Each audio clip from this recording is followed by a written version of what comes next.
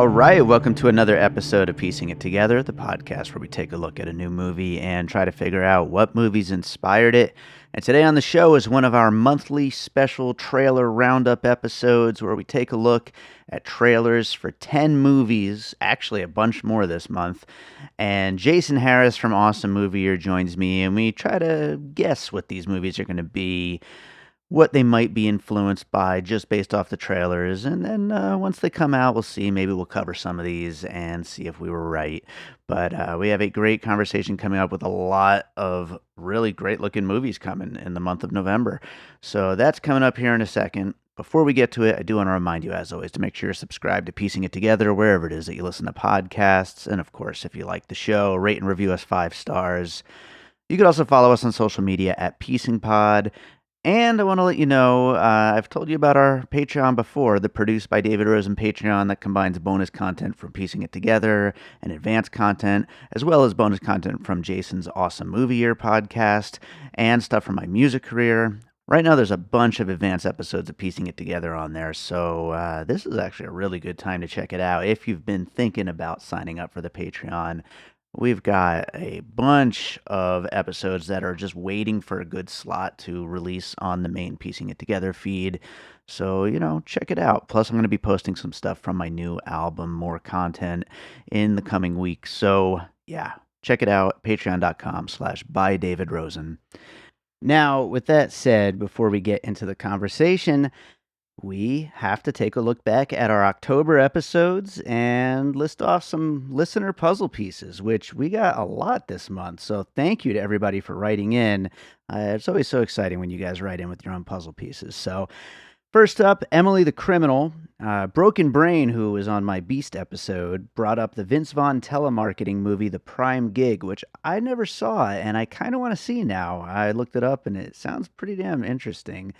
So yeah, that sounds like a cool one. Speaking of the Beast episode, Joe Cox over in the Popcorn and Puzzle Pieces group brought up The Shallows because of how relentless the shark is in that, and then, compared to the lion here. So that definitely makes sense. Great piece there. For Deadstream, Pete Abeyta brought up Gonjiam Haunted Asylum. I'm not sure if I'm saying that right. I've never heard of that movie. I don't know what that is, but that movie Deadstream is insane, so I'm sure Gonjiam Haunted Asylum is also insane. Smile, Two Peas on a Pod podcast brought up watching The Ring while riding through It's a Small World. And yes, that is a really great description of what Smile is. So thank you for that one. I really like that. And then the last episode that we got some listener puzzle pieces for, this is the most we've ever gotten for anything. I don't know what that means, either that there's just so many things that can be brought up for the movie Barbarian, or that people loved it or hated it and wanted to bring up things to compare it to. I don't even know, but it's exciting that so many people had suggestions. So first up, Ben Yonker over in the Popcorn and Puzzle Pieces group said, The Shining meets Home Improvement, and I see where he's going with that. I love that. William Riel said Wreck, and I've never seen Wreck, but I know of its reputation and how insane it is, and I think I can imagine exactly where he's going with that one. Manish said Room, which I can absolutely see as far as, the fucked up shit that's happening in that basement. Chad Clinton Freeman, our buddy Chad, brought up Gone in the Night, The Woman, and Dead Shack, which I've never heard of any of those movies, but Chad knows some really weird movies. He also brought up Parasite, the Oscar winner, which, yeah, sure, there's some weird stuff happening in the basement, so why not? Let's go with that one. Joe Black, who has been on the show plenty of times, he brought up that at the end of the episode, me and my guest, Jay Horton, we were talking about how there's some kind of movie where a newly introduced character goes through this awful thing that we, the audience, already know about, and we couldn't think of a good example of it. Joe brought up Death Proof, Quentin Tarantino's Death Proof, and that's a great example of that. So that may have been what we were thinking of when we couldn't. It was right at the tip of our tongues, you know what I mean? And I think that's a good one. That would have fit there perfectly.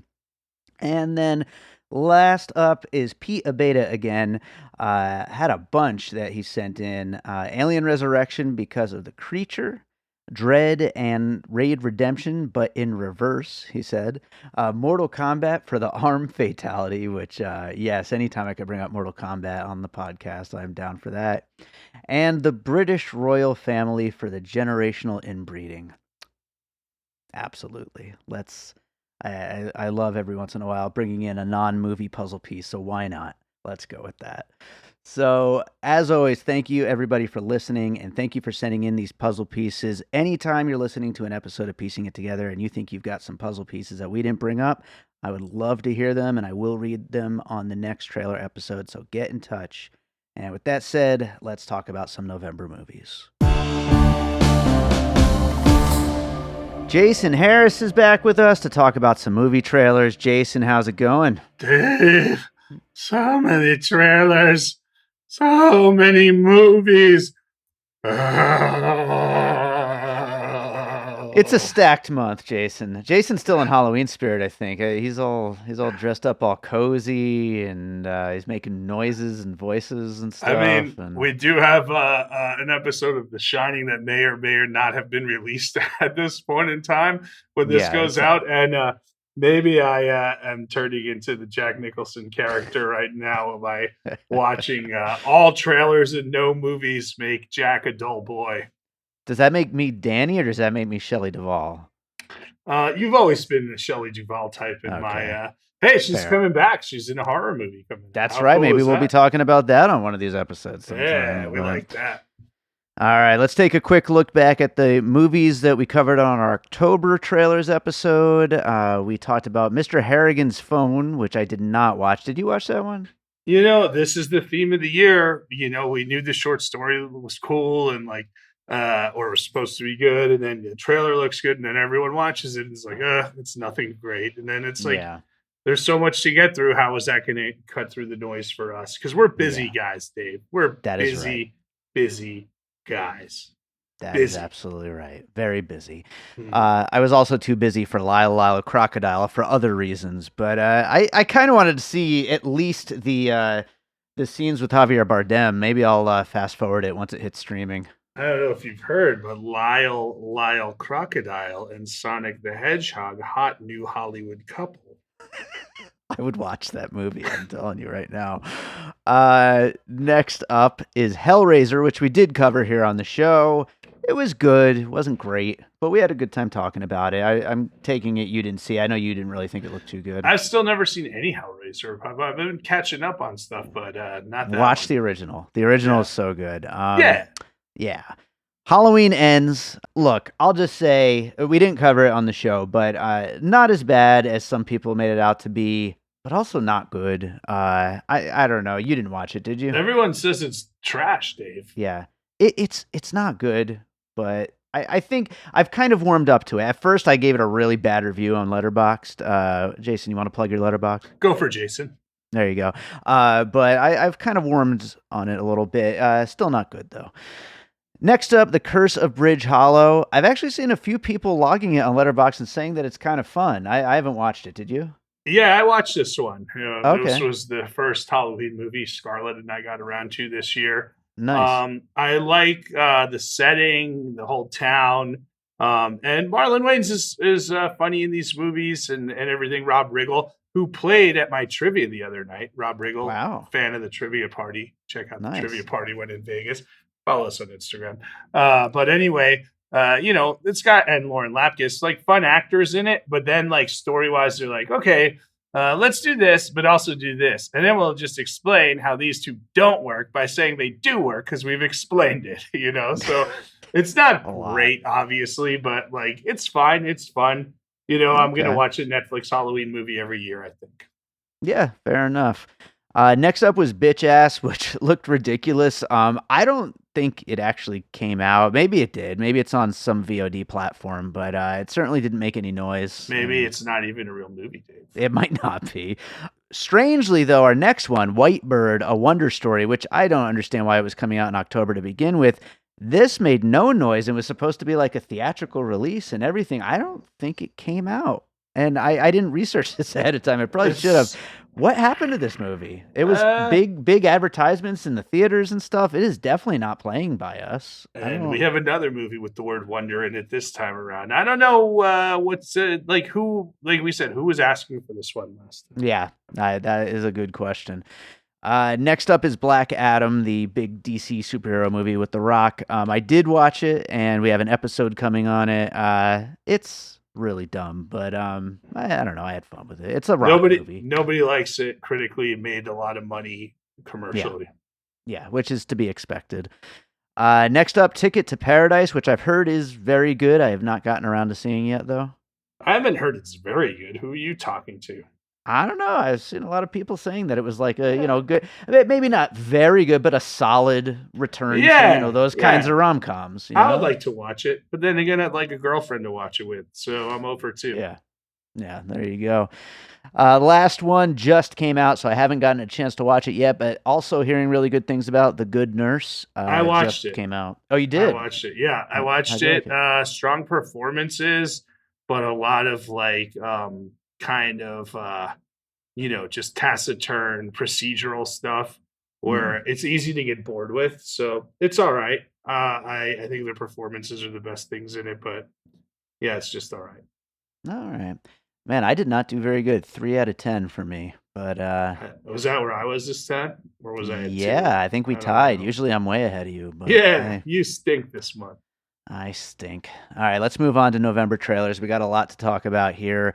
First up is The Wonder, which will be in limited release on November 2nd in theaters and then hits Netflix on the 16th.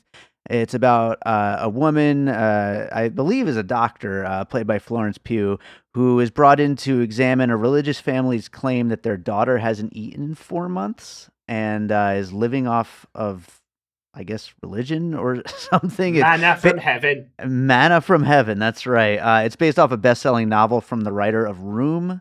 It looks like it's, at least an attempt at like a big end-of-year type movie from Netflix. Right, and you got not just the Florence Pugh character, but that other character, and they're watching this girl on shifts to try to figure it out, and they're in this very remote, rural, British setting, maybe, or who knows what countryside they're in. Yeah. But it looks good. I mean, we say it every month, but I was excited. The setting and taking shifts, Dave, you're going to be happy. I immediately thought of The Lighthouse right off the bat, nice. What's more than meets the eye. And then I liked The Exorcism of Emily Rose for those kind of religious beats that you can't explain. And then the religious fanaticism of people questioning their religion is First Reformed, Paul Schrader. First Reformed, yeah, very good one there. I went, for my religious puzzle piece, I went with Scorsese's Silence, another underappreciated religious epic. But a different kind of story, but a lot of crisis of faith going on and all that. My other piece, though, the Kevin Spacey film K-Pax, where he claims to be an alien and maybe he's telling the truth, but, how can we really know for sure? Seems like, this looks like an interesting movie, but I have a feeling we're not going to, get to the bottom of anything. At least that's the idea that I got from the trailer. We'll see. My brother and I, we used to always pretend like if there was a title of a movie that someone would have dramatically say it in the movie. So at one point we just looked to the sky and went, K-Pax!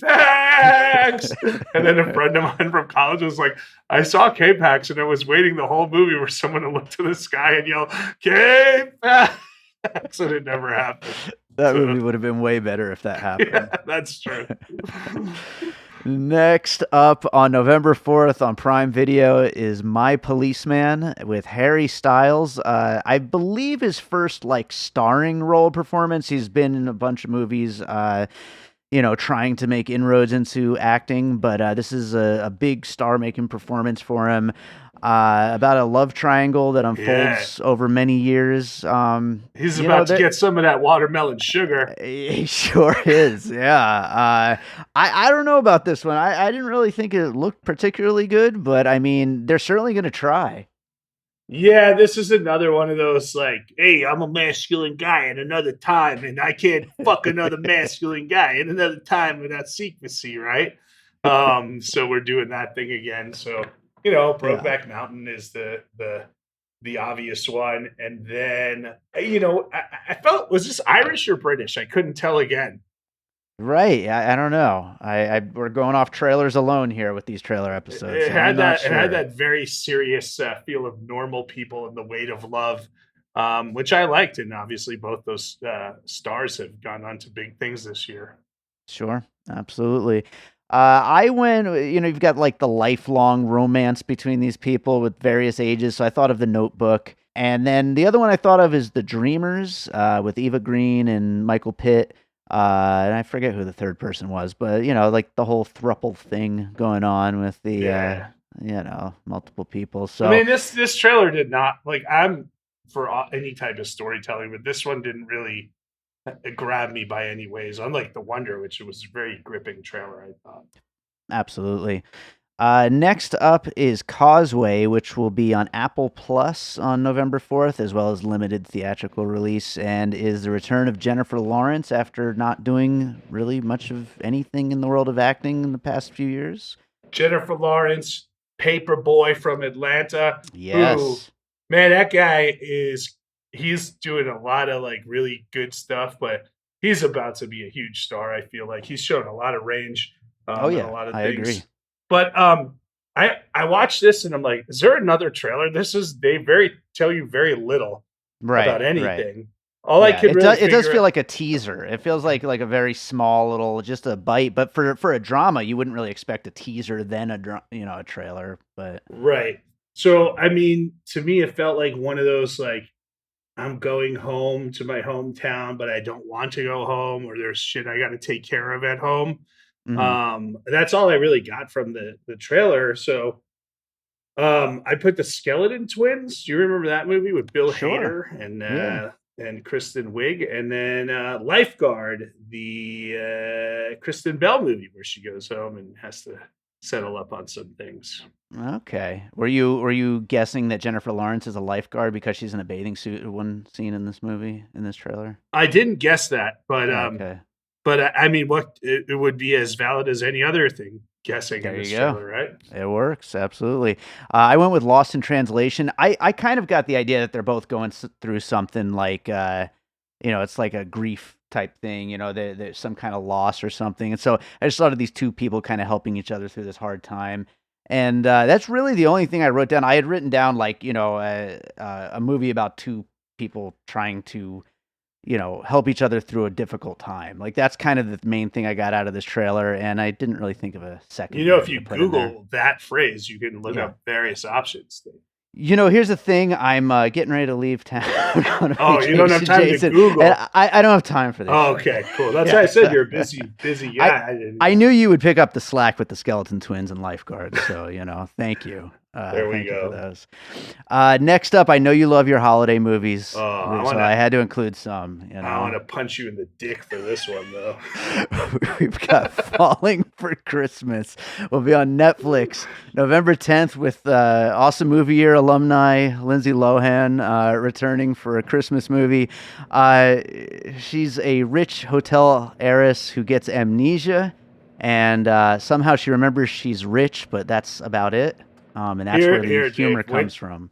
when the logic of the trailer can be taken apart within 2 minutes of watching a trailer, that's when you know the movie's going to be just a horse's, no, an elephant's asshole sized piece of crap, right? Because the first thing you see is all these paparazzi snapping pictures of her, right? And then she says, I want to be known for more than just being a hotel heiress, right? So she's already known and she's already famous. So then she falls into fucking Christmas fuckfaceville and nobody there knows her, even though she's famous worldwide. No one in Christmasville knows anything about her. And it's like, you, in your own trailer, you've already defied the logic of your movie. So how is your movie going to be any good? Fuck you. I'm going to punch Dave in the dick. Do you want pieces? I'll give you pieces if you want. I just throw them out there. Why not? Trading places because she goes from rich to working man, and every Hallmark movie, and then Memento because I'm sure this is going to be as innovative as. Yeah, absolutely. I threw in her own, crowd pleasing, family friendly movies, Parent Trap, Freaky Friday, that stuff. It's like she's trying to recapture some of that. But then I cheated here because I didn't mean to see this, but when I was watching the trailer, I had the comments, underneath on YouTube, and somebody pointed out a puzzle piece for me, basically the film Overboard with Anna Faris, which I've never seen. Why don't you say the film Overboard with Goldie Hawn, the original? Well, that's the one that the guy pointed out in the comments. You stupid son of a bitch. Now I'm going to punch you in the dick and the face. Let's get the hell away from this movie. It's infuriatingly angersome, is it not? Yeah, no, it looks terrible. Anger-inducing, I should say, yeah. Yeah. Our next movie looks good, though. It's James Gray's latest. It's called Armageddon Time. It'll be in theaters on November 11th. It stars Anthony Hopkins, Anne Hathaway, and Jeremy Strong, about a family who's trying to kind of live the American dream, and they're dealing with racism and classism and all the fun things about America. And James Gray has made some great movies, and this looks like it's going to be another one. I mean, dude, Anne Hathaway, we know, track record of great acting. Anthony Hopkins, legend among legends, best actor win just a couple of years ago. But I'm mesmerized by Jeremy Strong right now between Succession and this, and like that dude, top of the game at the moment, right? So yeah. But by the way, I know you've been trying to get me to watch Succession forever, and we finally did. We binged the whole thing just last month, and he's great. The show is great, of course, like you always said. It is. It's the best show on TV, easily. Yeah. So this is one of those, and we're getting a lot of them this month. Writer, director, personal pictures, right? So I'm going to take Licorice Pizza off the table before you get a chance to. Going back to childhood, and then this idea. There's this whole thing. He's a kid. And he's friends with a black child, and he's not supposed to be. And that element of racism and who you're supposed to hang out with. I mean, there's a lot of movies like that. I went with the very underrated Not Fade Away by David Chase, which is more about, I don't know if it necessarily touches on the racism as much, but like the idea of like you're supposed to go in the way your parents predicted you to go and not another way. Yeah, no, that's a much better version. I threw Green Book on here, which, that as far as race relations in America, hopefully this is a much better movie than that. But yeah, of course, this does feel very personal. And there's, like you said, there's so many of these like extremely personal movies from these filmmakers who have been around for a while doing so many things, and they all just kind of seem to be coming to this right now. You could do Licorice Pizza, you could do Belfast, you could do Once Upon a Time in Hollywood. I mean, Roma, Roma, any of those. So yeah, James Gray, why not get one from James Gray? How did you get Once Upon a Time in Hollywood? Well, I mean, that's Tarantino, just like, maybe not personal, but like the things that he loves, like going to the world that he loves so much and exploring that. So, all right, I'll let it go because you're still hurting from the dick punch of earlier. Yeah, I am. You're absolutely right. All right. How about another dick punch? This one doesn't look bad. This one looks okay. This one looks all right. Okay, this is called Spirited. It will be in limited theaters on November 11th, and then on Apple TV Plus on the 18th. And it is Ryan Reynolds and Will Ferrell doing basically an on-the-nose update of A Christmas Carol, complete with Ryan Reynolds style humor. Yeah, I don't know. Maybe I'm just Ryan Reynolds out, but and see, I've found him very warm and charming on Welcome to Wrexham, about him and Rob McElhenney buying the Wrexham Football Club in Wales, and Rob McElhenney. See, I can't pronounce it. Yeah. But anyway, that show's been one of the delightful sleepers for me this year. So this definitely is like, hey, Will Ferrell and Ryan Reynolds, here's the script, but just improvise the whole thing, right? So, sure. But when you look at these kind of, and we've talked about it before, these kind of twisted Christmas comedies, like Scrooged is still the best of the bunch for me. So sure. I put that in there, and then this idea of it's the ghost of Christmas Present, but I kind of took it more as like a guardian angel. So I threw Dogma on the list. We haven't talked about that one in a while, Kevin. Yeah, that's cool. I like that as a because it's obviously going to be, even though it's still a family film, it's still going to be a little more adult skewed than like a classic Christmas type movie. So yeah, I like that. That's a fun one to put on there. Um, I threw on here a combination of Elf and Deadpool because you're getting, the exact persona that you expect out of Will Ferrell and out of Ryan Reynolds, and so they're most like famous characters as far as like that kind of thing is concerned. And then I also kind of felt like this had a feeling of like all of these Disney live action remakes, like taking this story that is just so completely beloved and ingrained in society and just making this new version of it when it just seems like almost impossible to do that. So, hopefully this is more successful than those are. Well, then again, those are incredibly successful. Just You people mean don't like better? them. Right. Yeah, I mean better. So, yeah, I don't know. Maybe you're right. Hopefully that'll be good. I guess I'll watch it. Next up is She Said, November 18th in theaters. This is essentially the Me Too movie. It's about the writers who published the article that took down Harvey Weinstein and kicked off the whole movement. It stars Carey Mulligan and Zoe Kazan. Also, Patricia Clarkson, Samantha Morton, and Ashley Judd plays herself, apparently. What do you think about this? Andre Brower, I just saw in there. These movies either work very well or they just become so hamstrung by the procedure, right? Like we just talked about. So I don't know, man. Obviously, the assistant dealt with this in a very effective and uncomfortable way, right? Sure. Like, that was a good movie there. And then if you're going to talk about movies of journalists trying to, break the story that no one wants them to break, and one that worked really well, I Spotlight. Yeah, absolutely. Spotlight's on my list as well. The Assistant's a really interesting one to bring up because, like, I was thinking when I first saw this, I was like, doesn't it feel kind of too soon to, like, be telling the story? It's like not everything is played out exactly, but The Assistant did it already and did it so well. So maybe the story is at a place where it's worth telling. The other one with Carey Mulligan's involvement, Right. I thought, A Promising Young Woman. Sure. Yeah. You think Harvey Weinstein's like in jail, like, I'm still in the movies, baby?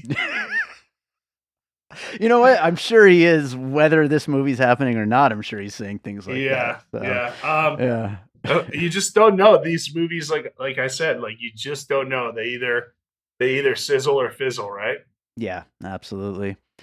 Next up is Poker Face, which will be on VOD on November 22nd. Directed by and starring Russell Crowe.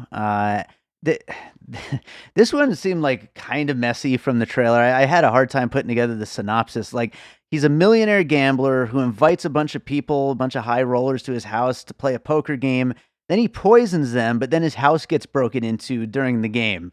Did all this happen, or am I crazy? I think so. And then they go into a safe room, and then, a safe room, yeah, right. And then his daughter comes in, and what's she doing there? Now they have to come out and like save her. I mean, dude, if the guys on the Big Picture ever want to take a week off, maybe we could jump in and like do a Russell Crowe episode or something like that. I'd be down because like this guy was as good as any actor there was, right? And then he just kind of took a sharp straight to streaming route very quickly.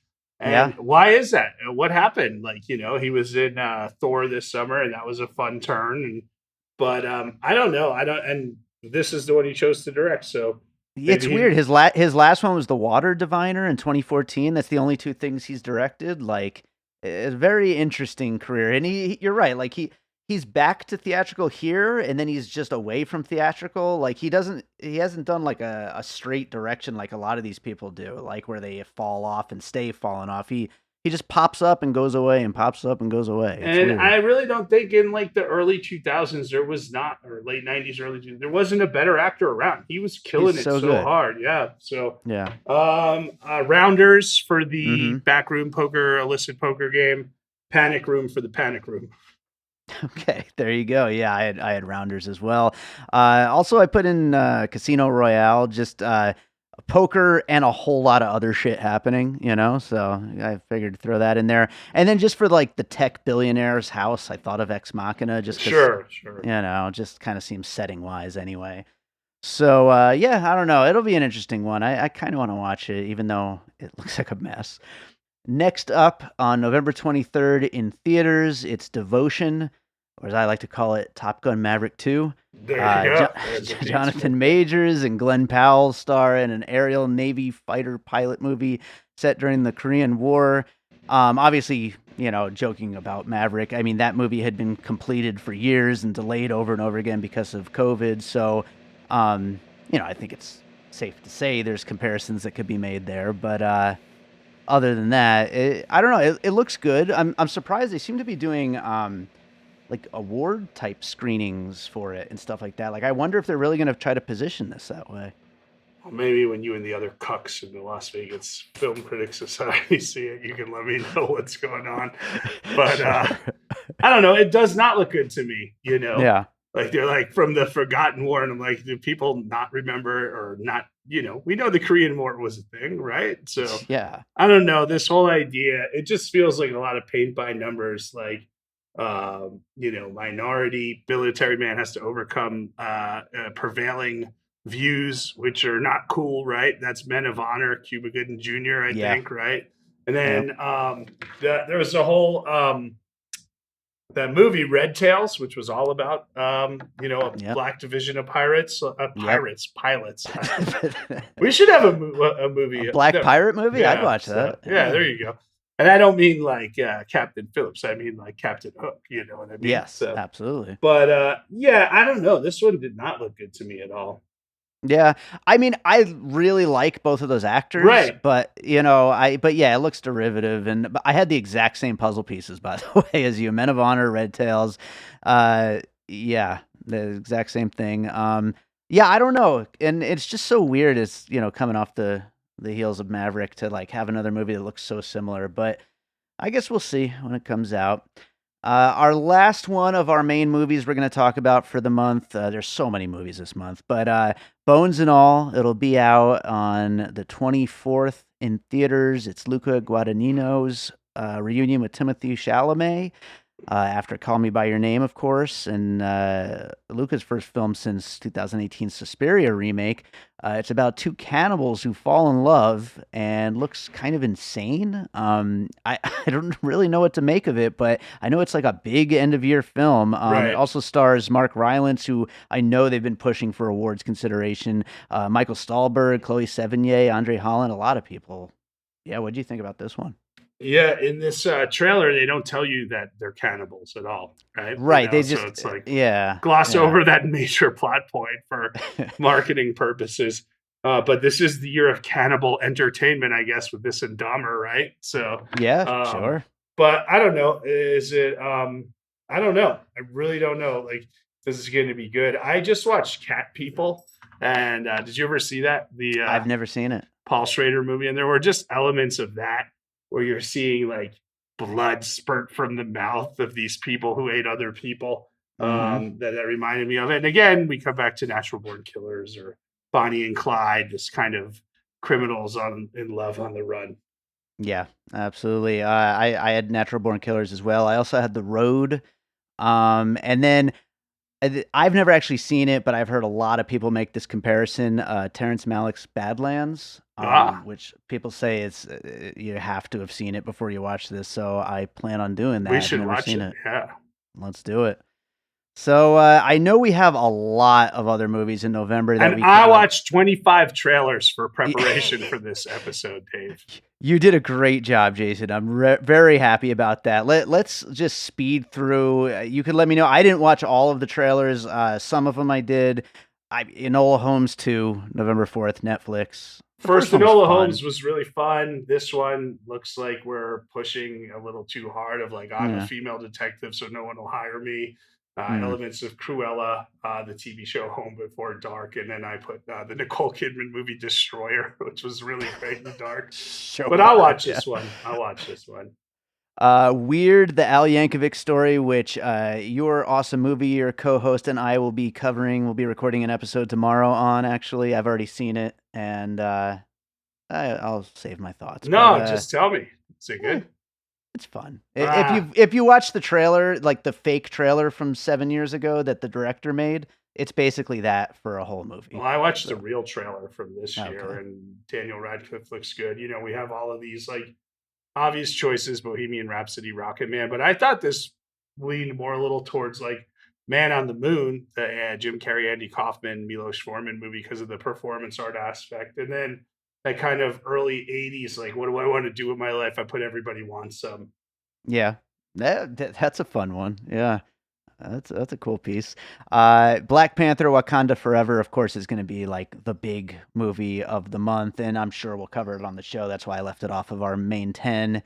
But I think it's a great trailer, even if Marvel has been kind of on a downward trend these past few movies. Right, it has, although the TV shows have been pretty good, right? So Yeah, who sure. knows? You know, again, a lot of, I mean, it looks like they're really treating it with reverence. We've seen characters die in like Avengers Endgame, but obviously never an actor who plays the character. So, you know, it seems like they're really going all into like honor Chadwick Boseman there. And then there's this whole kind of seafaring Aquaman thing, which was like, hey, that's DC. Yeah. Well, we got Avatar to talk about too next month. So, RIPD 2, Rise of the Damned, which I can't even believe is a thing. Yeah, who wanted this? You Very know, strange. Very weird. I put Wild Wild West because that's how bad it looks, and I put Jingle All the Way too because I looked up trailers that went straight to video. There you go. Strange World, which I'm actually looking forward to, even though the trailer I don't think worked as well as I was hoping, but I just love the idea of it, like a Disney movie that like goes into like a weird kind of sci-fi world. I think just sounds good. Oh yeah, like Lightyear. Yeah, I mean, like this looks like Lightyear. the beats of Lightyear. I also put Yeah. Don't Look Up for the environmental situation, and then Ad Astra for like, hey, my dad's lost in space, and now we found him. Yeah, yeah, those are actually great pieces for it. The Fablemans, of course, Spielberg's new movie, which I absolutely can't wait for. I mean, who can wait for it? Oh, Kanye can wait for it because he hates Jews. Topical. Good job, Jason. Cinema Paradiso and Hugo were the ones I put about like the love of cinema. But then what was so interesting is like there's this part like, what's the movie you're gonna make? And they show him making a movie as a kid, and it Hmm. reminded me of those kids who remade Raiders of the Lost Ark, shot Oh for yeah, shot, right? And there's that documentary, Raiders, the story of the greatest fan film ever made, which of course Spielberg, you know, heavily influenced there and everything like that. So it's like art eating life, eating art. there you go. That's awesome when that happens. It's always fun and makes for difficult conversations on piecing it together. Uh, Next up is Disenchanted, which I never actually saw Enchanted. Is that what it's Enchanted's called? The fun. first one? Yeah. Enchanted's fun. We watched it recently, you know, and it's good. I don't think it needed a sequel, and this doesn't look like it's going to be good. But maybe, I mean, Enchanted's the movie that really broke Amy Adams big, and she's really Yeah. good. And you know, this whole idea of like, oh, now everything's good, so we're moving to the country, and I want it to be a fairy tale is like, you know, she makes a wish, it doesn't go well, hocus pocus, moving to the country, crazy things happen, Beetlejuice, and then the Disneyfication elements with the big musical numbers, Mary Poppins. I don't know, whatever, leave me alone. I feel like Jason's doing my homework for me. I'm gonna just refer to this whole little speed round if I end up covering any of these movies. Yeah. The Independent, which, by the way, I didn't write down her name, but the director, it's her first feature, but she directed the behind-the-scenes documentary of Wet Hot American Summer. Woo, that's How random exciting. is that? Yeah, all I could find was a scene from the movie where so Yeah. I don't even know exactly what it is, what the movie is, except that it takes place seemingly in the election of 2016, maybe, and a reporter uncovers some stuff that could help sway the election. But Brian Cox, who's still at the top of his game, is the publisher who's like, well, we can't, you didn't get this the right way, so we can't go with it. And the scene looked good to me. So you know, another one of these newspaper movies that could go either way, I guess. Yeah, for sure. Roald Dahl's Matilda the Musical. I didn't Gonna even be know this great. was a thing. It's Is gonna this be on great. Disney or what is it? It's gonna be on Netflix. Netflix? This summer, Scarlett and I saw the play, the live version of this at Super Summer Theater. This was on Broadway, and you know, it was toured, and it's definitely, Matilda, James the Giant Peach definitely have these kids who were mistreated. But then you could also throw in like an Annie type thing because they're held down by like adults in power positions. And then there's a whole, any of these Broadway movies that have become Broadway shows that have become movies lately. But it feels whimsical, like Pee Wee's Big Adventure. Also, this is going to be awesome, I think. Awesome. Does Bar Fight feel whimsical? Bar Fight feels like it's a fun, stupid comedy, right? This couple breaks up, and they both claim their favorite bar as the one that they get to go to, and the only way they settle it is by competing against each other in a bunch of bar related games. That's a fun setup. It seems like, you know what, dude? If there's like a rainy day or like I'm just tired and I want to just watch something for an hour and a half, this could be fun. The Breakup I still love as an underrated movie, and Beer Fest were my two on this one. Nice. A Christmas Story Christmas. Is that a real movie? Yeah, man. What are you talking about? Where are you finding these? You don't know that A Christmas Story is coming back with Ralphie as an adult? I haven't heard about any of this. Dude, you're just it's too many movies. Punched in the dick so much. I get to 10, and then I like throw on maybe another 5, and then I'm like, all right, done. I can move on to other things. So any, 8-Bit Christmas, which was so reverential to the 80s last year, I put down. And then you could take any movie that had a sequel 30 years later or whatever, Sure. You mentioned Maverick. I put Wall Street in My Big Fat Greek Wedding. The Menu, I don't know how I missed when I was making my list, actually, because that is like one of the bigger movies of the month. Yeah, this is going to be like a big one, I think. It looks could be really good. Yeah, Chef, obviously, because it's the idea of a chef who's so, in love with his own work, his own cooking. Bergman Island for the strange setting, and then The Hunt, because I think they're going to hunt people in this one. That's, I think, what's going to happen, yes. The People We Hate at the Wedding. I did not get to this trailer. What's this one about? This looks terrible, Dave. It's like one of these kind of like, hey, I mean, it's based on a novel, and it's like, we're all going to England for our half-sister's wedding, and then we become the assholes at the wedding, and there's that whole like Curtisville situation. It feels like, where it's like just a bunch of people at a wedding who have to like get their shit together, So or you can put My Best Friend's Wedding, and then I think maybe like the way it's told, there might have like a hangover element where they have to piece stuff together, piecing it to whatever. I like when that happens. The next one I'm really looking forward to. This sounds insane. I didn't actually watch the trailer. I feel like I don't need to. Like it's already gotten so much raves. Like I'm really just looking forward to seeing it already. It's called EO. It's about a donkey. Yeah, it's about a donkey who gets, I think, shipped off somewhere, but then breaks free and like roams the countryside in many countries, or at least Italy and maybe Poland. It looks beautiful. It looks awesome. It won the jury prize at Cannes, right? And or maybe the audience prize. I'm excited for this one too, man.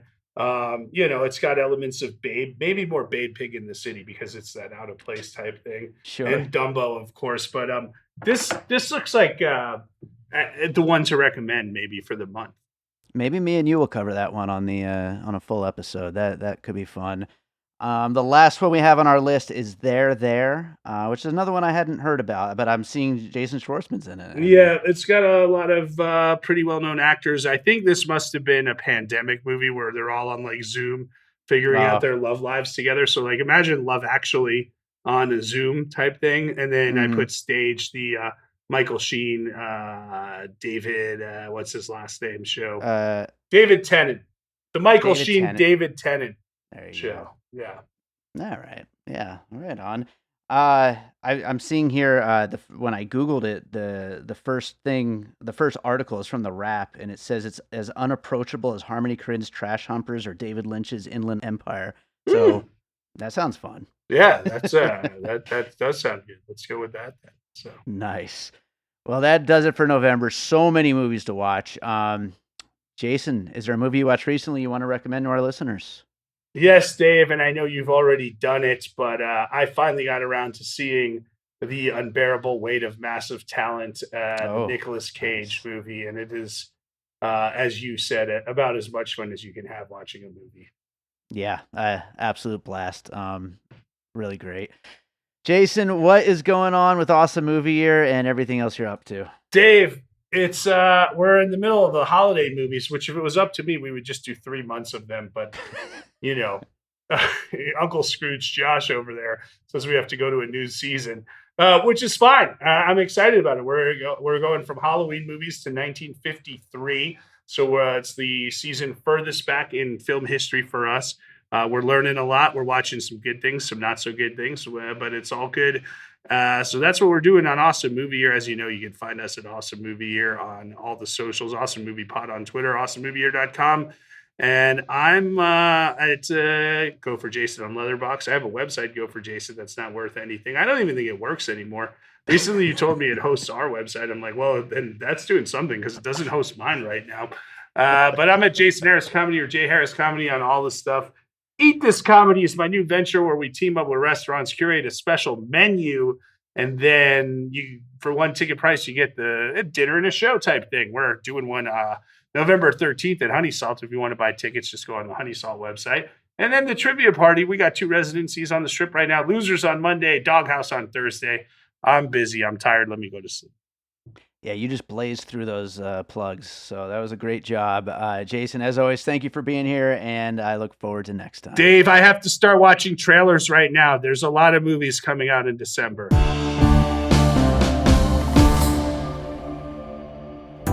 I'm Josh Bell. And I'm Jason Harris, and we co-host a podcast called Awesome Movie Year. Each season, we take a look back at an awesome year for movies, which is every year. We deep dive into these specific years, and we pick out why they were such great years for films. We go over the biggest hits, the biggest flops, the best pictures, some personal picks, some cult classics.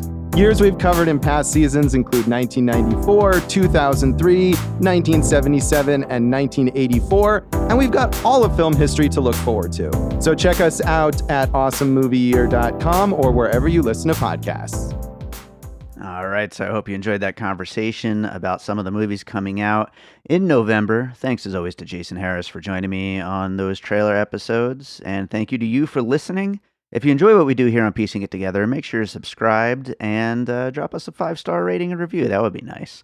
You could also follow us on social media at Piecing Pod. Join our Facebook group, Popcorn and Puzzle Pieces, where we continue the conversation about all the movies we talk about here on the show, and where me and Jason are planning to hopefully start some trivia nights soon.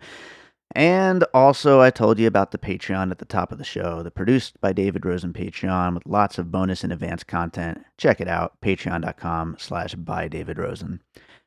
So, yeah, I've got the new album coming out, more content, and why don't I play a song from it right now to close out this episode? This is a track called Power. Hope you enjoy it. I will be back with more Piecing It Together coming up later this week.